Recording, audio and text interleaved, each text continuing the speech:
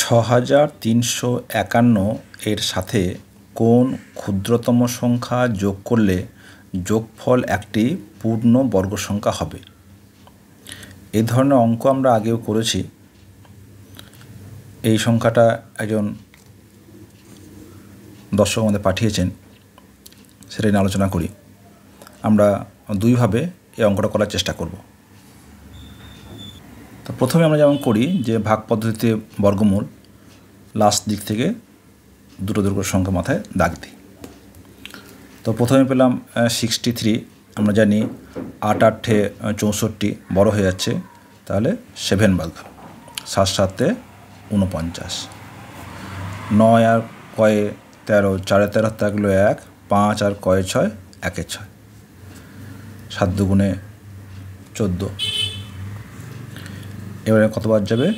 আমাদের 51 নামবে। তো এখানে 9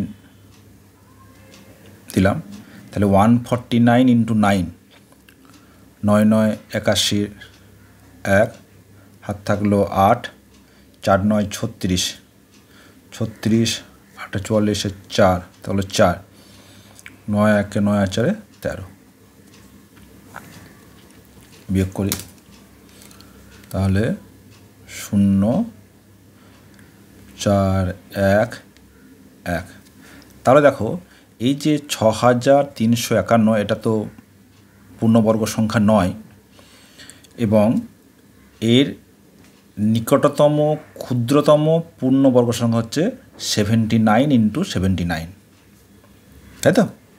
তাহলে বলতে পারি যে 79 ইন্টু 79 হলো 6351 এর যে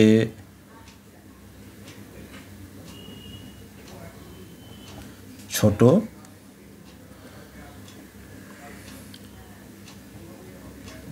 পূর্ণ বর্গ সংখ্যা। তাহলে এর থেকে ঠিক বড় পূর্ণ বর্গ সংখ্যা কোনটা হবে? না, এর পরের সংখ্যাটা। তার মানে 80 ইন্টু 80 সমান 6400 হলো 6351 এর থেকে ঠিক বড় পূর্ণ বর্গ সংখ্যা। তাহলে এই যে 6400 এটা পেতে গেলে আমাকে এর সঙ্গে কত বিয়োগ করতে হবে? না, 6400 মাইনাস 6351 এটা আমাদের বিয়োগ করতে হবে, যোগ করতে হবে। 1 আর কয়ে 10, 9 10 থাকলে 1, 6 আর কয়ে 10, 4 10, তাই তো? তাহলে আমাদের কী করতে হবে? না 6351 এর সাথে 49 যোগ করতে হবে। যোগ করলে আমরা তার পরবর্তী পূর্ণবর্গ সংখ্যাটা পাব। তাহলে এটা গেল একটা পদ্ধতি। এখন আমরা যেভাবে করি যে এই ভাগ পদ্ধতি কীভাবে আমরা করতে পারি দেখো। তাহলে আমাদের কী দেওয়া আছে? প্রথমে দেওয়া আছে 6351, এই হলো আমার সংখ্যাটা দেওয়া আছে। তাহলে আমরা প্রথমে যেমন করি যে মাথায় দাগ দিলাম, তাহলে 7 7 49, 9 কয় তো 4 3 থাকলো 1, 5 1 14, 51 নামলো, 7 দুগুণে 14। তাহলে এখানে দেখতে পাচ্ছি যে 9 বাদ দিলে হচ্ছে সেটা এর থেকে ছোট হচ্ছে। তাহলে আমরা এর পরবর্তী সংখ্যা আমাকে এখানে বসাতে হবে, দিয়ে প্রসেসটা কমপ্লিট করতে হবে। তাই কী বসবে? 9 + 1 পরবর্তী সংখ্যা মানে 10। তাহলে 10 এখানে বসাও। 10 বসাবো নাকি এর সঙ্গে 1 10 যোগ হবে, তার মানে কত হবে? 150। তাহলে 150 ইন্টু 10 তো কত হবে এটা 1500। বিয়োগ করি, কত হচ্ছে 1 আর কয় 10, 9 হাতে গেলো 1, 6 আর কয় 10, 4 10। দেখো তাহলে এই 49 কী হচ্ছে না, আমাদের যে সংখ্যাটা ছিল তার থেকে এটা আমাদের আরও প্রয়োজন। তাহলে এই সংখ্যাটা কী করতে হবে না, এর সঙ্গে আমাদের যোগ করতে হবে।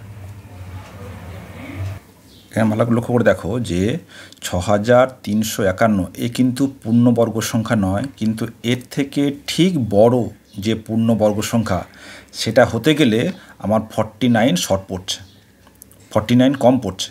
তাহলে 49 যদি যোগ করে দিই তাহলে যে সংখ্যাটা পাবো সেই সংখ্যাটাই হচ্ছে আমার এর থেকে ঠিক বড় পূর্ণবর্গ সংখ্যা। তাহলে উত্তর কী হবে না 49 যোগ করতে হবে, এই উত্তর। তা দেখো কী দাঁড়াচ্ছে, যোগটা করলে কি হচ্ছে, দেখো 6351 প্লাস 49, 9 কয়ে 0 গেলে 9 কে 0, 5 5 0, 3 আর 1 4, 6। এটাই মানে হচ্ছে 80 বর্গ। তাহলে এটা একটা পূর্ণবর্গ সংখ্যা যা 6351 থেকে বড়, এবং সেটা পেতে গেলে 49 আমাদের যোগ করতে হবে। ঠিক আছে, তাহলে এই অঙ্কটা আমরা দুভাবে করে দেখালাম,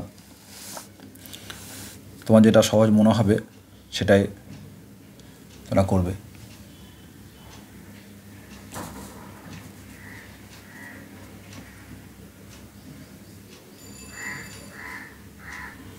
এখানে লেখা উচিত ঠিক ছোট বা নিকটতম ছোট।